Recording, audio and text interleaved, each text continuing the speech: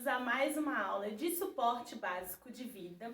E hoje na aula 7 nós vamos estudar a obstrução de vias aéreas por corpo estranho, que tem o acrônimo OVACE ou OVACE. Então vamos relembrar um pouquinho da anatomia. A gente sabe que a gente tem o sistema respiratório, que ele passa na região anterior, e o sistema digestório, que passa na região posterior. Então aqui na imagem a gente pode ver, né? Então o ar ele deve percorrer o sistema respiratório, né? Entrando aqui pelas narinas, descendo pela porção aqui da faringe e em sequência aqui na frente descendo pela laringe e traqueia. Enquanto os alimentos, né, devem entrar pela boca e descer posteriormente em direção ao esôfago. A obstrução das vias aéreas, né, comumente falando como engasgo, acontece que o alimento ou outros objetos, ao invés de descerem, né, outros objetos não deveriam nem entrar, né, mas os alimentos, ao invés de descerem aqui posteriormente para o esôfago, eles acabam entrando aqui pela via respiratória. Lembrando aqui que a gente tem a epiglote, né, que é essa tampinha. O buraco aqui se chama, o orifício, né, se chama glote. Então, quando eu estou me alimentando, a epiglote deve se fechar para o alimento passar aqui posteriormente. E por alguns motivos acaba que esse alimento pode vir aqui para a via respiratória. Por exemplo, se eu estiver falando e comendo ao mesmo tempo, pode acontecer dessa tampinha ali ficar mexendo ali bastante, né, abrindo e fechando o tempo todo, e aí acabar engolindo aqui, né, pela via respiratória algum tipo de alimento. Além disso, a obstrução pode acontecer por objetos, né, que sem querer vão entrar aqui e vão fazer a pessoa engasgar. O engasgo ele vai poder ser tanto numa via quanto na outra, né, pensando aqui que se for em objetos, né, pode ficar alguma coisa presa aqui também no esôfago. Sinal universal da asfixia é esse, né? Então toda pessoa que está aqui engasgada, né, sem conseguir respirar, ela vai fazer esse movimento aqui com a mão. Então esse é o sinal universal.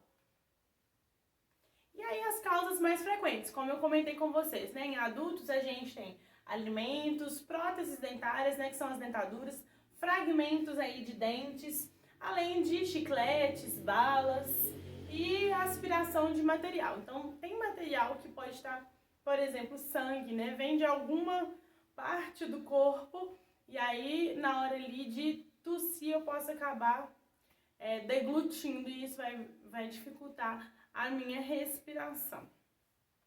Isso também pode acontecer com vômito, né? A pessoa vai vomitar, né? Então, o vômito, ele vem do esôfago, né? Que é conteúdo alimentar e a pessoa acaba aspirando, né? O aspirando seria ir para a via respiratória, comprometendo aí a respiração do paciente.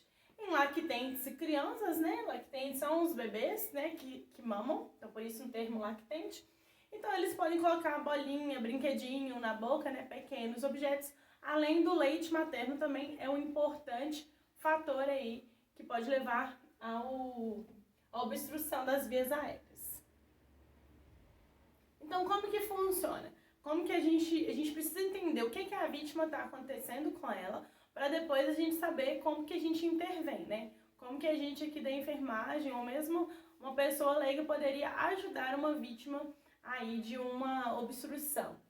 Então a vítima, ela tá num bom estado, de repente, né, ela tá com uma dificuldade aí para respirar. Essa dificuldade para respirar, ela pode evoluir bem ou evoluir mal. Né? Se ela evoluir bem, a pessoa consegue expelir o corpo estranho e volta a respirar normalmente. Se ela evolui mal, essa pessoa pode entrar num estado aí de cianose e inconsciência. Vai entrar numa parada respiratória, né? Isso pode acontecer. E é importante a gente diferenciar de outras causas, né? Um infarto também pode levar a vítima aí à inconsciência e a própria parada cardiorrespiratória, que vai ser tema da nossa próxima aula. Tipos de obstrução. Então, como eu disse, a gente precisa identificar para saber como intervir. Se é uma obstrução leve, né, parcial, essa pessoa mesma, ela consegue expelir aquele objeto, aquele corpo estranho que está ali obstruindo a via aérea. então eu não intervenho nisso. A tosse, pessoal, é o mecanismo de defesa nosso mais eficiente. Então, por exemplo, tem uma pessoa ali engasgada, tossindo, tentando expelir. Enquanto essa tosse tá forte, né, a gente pode até escutar alguns sibilos, que são aqueles chiados, né, da respiração. Enquanto a gente está percebendo que a pessoa está ali, mesmo com esforço, ela está conseguindo tossir, está sendo uma tosse efetiva, eu não devo intervir, não devo bater nas costas, levantar a mão para o céu, nada disso vai ajudar a pessoa. O que a gente tem que fazer é incentivá-la a continuar tossindo. Ah, eu tô aqui do seu lado, continua tossindo, é isso mesmo, você vai ficar bem. Então é isso que a gente tem que falar e ficar sempre ali do lado da pessoa, né, para se depois a gente precisar intervir. Quando então que a gente vai intervir? Quando essa tosse ela começa a ficar ineficaz. A pessoa tá tossindo, mas não sai nem ar quando ela tá tossindo. Ela tá com ruídos respiratórios. Então, não é só aquele chiado, aquele sibilo. Tá com ruídos aí diferentes. Gemendo, dificuldade importante. A pessoa vai ficando cianótica, ela vai ficando com a coloração da pele azulada, né, devido à falta de oxigenação. E aí, então, eu vou entrar com as manobras.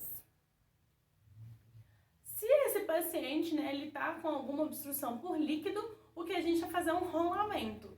Esse rolamento, então, vai fazer com que esse líquido seja expelido. Ele deve ser realizado em bloco, né, em um único bloco, né, então, aqui tá monobloco, é o único bloco, então, de uma vez, a gente lateraliza ali a vítima. Vamos falar, então, dos pacientes adultos, como que a gente vai atendê-los. Então, pacientes adultos e crianças aí maiores de 1 ano, a gente pode realizar a remoção digital daqueles objetos que a gente esteja visualizando. Então, a gente abre a boca, né, do paciente, com a outra mão a gente retira o objeto. Dessa maneira, né, a gente está fazendo aqui uma abertura e aí ele removendo o objeto. Manobra de Heimlich. Essa é a mais importante aqui que a gente precisa conhecer, que é uma manobra que a gente vai fazer quando a pessoa, então, essa vítima, não está mais conseguindo ter aquela tosse eficiente. Ela está realmente precisando de uma intervenção. Isso é muito comum, por exemplo, nos pacientes idosos. Então, o que a gente vai fazer? A gente vai abraçar a vítima por trás, né? A vítima está aqui engasgada, eu vou abraçar a vítima por trás, né? Eu abro as minhas pernas para as pernas da vítima ficarem dentro das minhas, né? Para eu ter aí um espaço melhor, né? Para eu ter uma superfície de contato maior, para eu me equilibrar melhor. E aí, o que eu vou fazer? Uma mão sobre a outra, e aí eu vou fazer um movimento para dentro e para cima. Porque o meu objetivo é expelir, né, para fora aquele objeto, aquela coisa que está sendo, que tá obstruindo aí a passagem do ar. Então, para dentro e para cima, né, acima da minha cicatriz umbilical, então acima do umbigo, e abaixo do apêndice xifoide, que é o finalzinho do osso externo, se chama apêndice xifoide. Então, para dentro e para cima, fazendo uma manobra aí que a gente fala que é como se fosse um J, né? Então, eu vou fazendo esse movimento aí, ajudando a vítima a liberar, a expulsar esse conteúdo aí.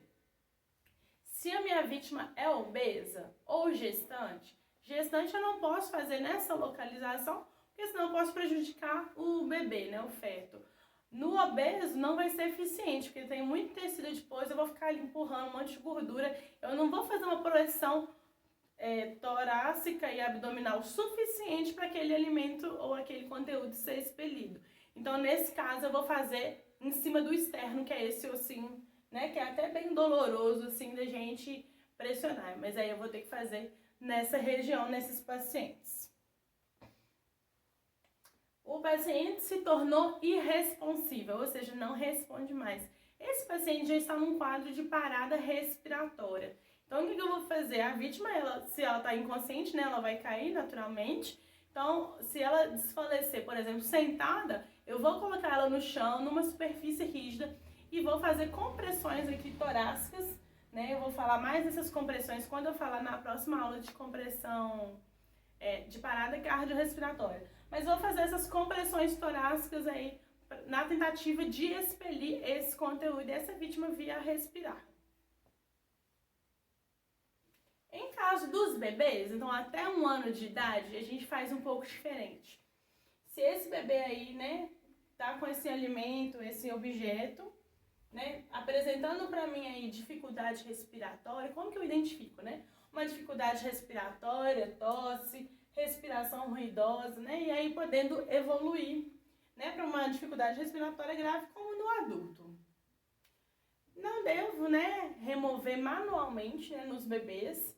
E aí, como que a gente vai fazer? É uma manobra de 5 compressões torácicas, né? A gente faz nos bebês com 2 dedos, né? Vou falar mais um pouquinho na próxima aula, tá? Mas é o indicador e o dedo médio, ou os 2 polegares. Então, vou fazer a compressão torácica, né, na região aqui do externo, e vou fazer as palmadas, né, nas costas do bebê. Sempre vou apoiando no antebraço. Eu ia trazer um boneco e esqueci para mostrar para vocês. Mas vou manter sempre a cabeça do bebê ali inclinada para baixo, justamente para eu fazer essa minha palmada ser eficaz para eliminar ali aquele conteúdo. Aí eu tenho um brinquedo do meu cachorro, pera aí. É o brinquedo do meu cachorro. Então, como que a gente vai fazer? Vou fazer as compressões torácicas, né? Então, 1, 2, 3, 4, 5. E aí viro. Vai ser sempre assim, apoiado, não sei se tá dando pra ver direito aí. Sempre apoiado assim, né? Posso fazer isso apoiado na minha perna, né? O meu antebraço em cima da minha perna. E aí vou fazer as palmadas assim, né? Com a cabeça do bebê pra baixo. Então, eu faço lá 5 e 2 assim, tá bom? Então, aqui tá o desenho, tá vendo? 5 e 2 daquela forma ali. Então, aqui vocês estão vendo, tá apoiado no antebraço em cima da perna dele, né? O adulto, ele pode ficar sentado para fazer isso, que é mais fácil. O princípio de FIC, ele vai falar com a gente, né? Qual que é o nosso objetivo, né? De realizar essas manobras. É que eu tenho ali oxigênio suficiente nos alvéolos, ou seja, nos pulmões, né? Chegar o oxigênio nos pulmões. E esse oxigênio que chegou nos pulmões chegue até os tecidos, mantendo aí as minhas células com oxigênio adequado. Quando que a gente identifica aí que tá um agravamento, né, dessa obstrução, né? Eu tenho uma agitação, né, com hipóxia. Hipóxia é redução de oxigênio. Obnubilação, que é quando a paciente começa já a ficar confusa devido à quantidade excessiva de gás carbônico. Queda nos movimentos respiratórios. Retrações intercostais. Então, a gente tem os músculos aqui entre as costelas, que são músculos intercostais, que normalmente, né, numa respiração normal, a gente não vê essa musculatura trabalhando. Quando eu tô com dificuldade respiratória, a gente vê essa musculatura trabalhando, entre outras deformidades, e a cianose, que eu comentei com vocês, que é a coloração azulada pela falta de oxigenação. A respiração, né, então eu posso perceber dessa forma, ouvindo, né, uma respiração ruidosa, uma fala normal, estridor e rouquidão. E posso sentir também, né? Então, quando a gente coloca ali a mão, por exemplo, no tórax do paciente, eu sinto crepitações, que é um barulho assim, como se fosse de crepitado mesmo, não sei uma outra palavra melhor para descrever isso, mas aqui, né, da região do maxilar, assim, como se fosse trincando, né, uma coisa assim. Quando a gente coloca a mão no tórax, né, do paciente, a gente consegue perceber ali ruídos respiratórios, hematoma, né? Então fica vermelho aqui, ó, na região cervical, e desvio de traqueia. Então a traqueia está centralizada aqui no meu pescoço e ela pode se tornar desviada quando eu tenho algum problema respiratório. A gente nem sempre, né, a gente vai conseguir somente com essas manobras, né, garantir aí a oxigenação do paciente. Existem alguns instrumentos. Nós vamos estudar com mais detalhes até em outras disciplinas, tá? Mas aqui só a título de conhecimento de vocês, né? Então, a gente tem a via aérea orofaríngea ou nasofaríngea, né? Dependendo se eu vou via oral ou via nasal, que vai ser utilizada para quando a própria língua ali do paciente esteja impedindo ele de respirar. Então é como se fosse um abaixador de língua ali para deixar a via aérea livre. E a via nasal também, que pode ser utilizada quando eu tenho alguma obstrução, né, vômito, então eu não vou conseguir utilizar ali a via oral, então eu vou para a via nasal. Aí aqui tem um desenho para vocês entenderem, né, esse instrumento aqui em forma de J, que eu vou colocar aqui no paciente, para tentar deixar aqui uma via respiratória livre para ele, né, por exemplo, se ele estiver ali numa situação em que a língua esteja caindo, né, impedindo ele de respirar. A máscara laríngea, então, o paciente ele pode utilizar esse tipo de máscara, né? A gente utiliza também até em bebês, quando a gente... Em que situação, então, que vai levar a gente? Vocês vão estudar isso melhor em paciente crítico, né? Não sei se vocês ainda... Acho que é no terceiro módulo, né? Vocês vão estudar paciente crítico as vias aéreas artificiais, né? Como que eu forneço oxigênio para o paciente, aquele paciente que não está conseguindo receber adequadamente. Então, eu posso fornecer só o oxigênio através de um catéter, de uma máscara, ou eu posso colocar uma via aérea invasiva dentro do paciente para eu garantir que o oxigênio está sendo levado para dentro das vias respiratórias mais baixas, né? Então, desses itens, né, que a gente utiliza é a máscara laríngea, então ela fica só mais aqui na laringe, né? Ela fica numa região mais superficial. E ela não precisa de nenhum instrumento, né, para ser colocada, né? Ela é colocada com a própria mão aí, né, do paciente. Então aqui tá o desenho mostrando. E aí eu posso utilizar aí um oxigênio, um ambu, né, algum instrumento aí para levar oxigênio para o paciente. E o tubo endotraqueal, também chamado de tubo orotraqueal, né, que é muito comum, né, no CTI, por exemplo, vocês vão estudar com mais detalhe, né, mais pra frente. Então, o paciente, ele não tá conseguindo respirar sozinho. Então, além do oxigênio, eu preciso levar esse oxigênio com pressão para dentro dos pulmões. Então, ele tem que ser colocado dentro da traqueia, né? Então, normalmente a gente vai passar ele, né, pela boca e descer para a via respiratória e deixar ele aqui, ó, dentro da traqueia, pertinho de onde ali eu já vou ter os brônquios para entrada de ar nos pulmões. É um procedimento médico, inclusive, né? Então, aqui está o tubo e aqui é o laringoscópio, que é um instrumento, tá vendo? Que o médico utiliza justamente para dar o caminho aí correto para esse tubo passar. E ele tem uma luzinha também para eu visualizar, né, o médico no caso. Então, aqui ele colocando o tubo tem que vir para frente, né, via respiratória. Aqui ele tem um balonetezinho, né, que é tipo um balãozinho, que ele vai encher aqui para ficar esse tubo preso dentro do paciente. E do lado de fora do paciente, que vocês vão ver essa parte aqui, que vai ligar lá com o meu respirador mecânico, tá bom? Então essa foi a aula de obstrução de vias aéreas por corpo estranho.